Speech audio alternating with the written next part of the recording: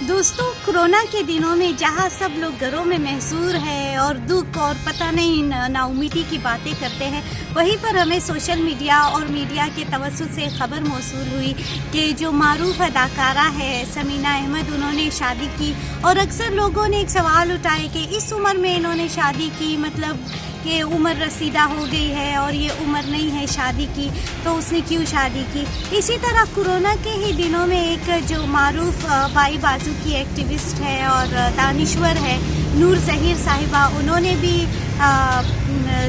60 سال کی عمر میں جو ہے شادی کی اور یہ فیصلہ کر لیا کہ اب انہوں نے اپنا لائف پارٹنر چننا ہے. چونکہ زندگی کے ساتھی چننے کا کوئی مخصوص عمر نہیں ہوتا، اور انسان کو جب بھی لگتا ہے کہ اس کو ایک ساتھی کی ضرورت ہے تو میرے خیال میں ان کو شادی کر لینی چاہیے. ہماری طرف سے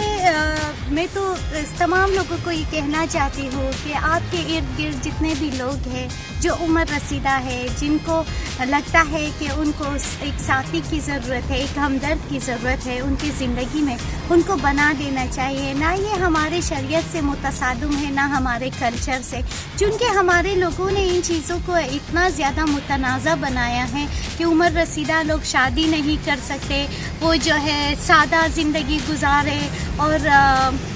جو ان کو لگتا ہے کہ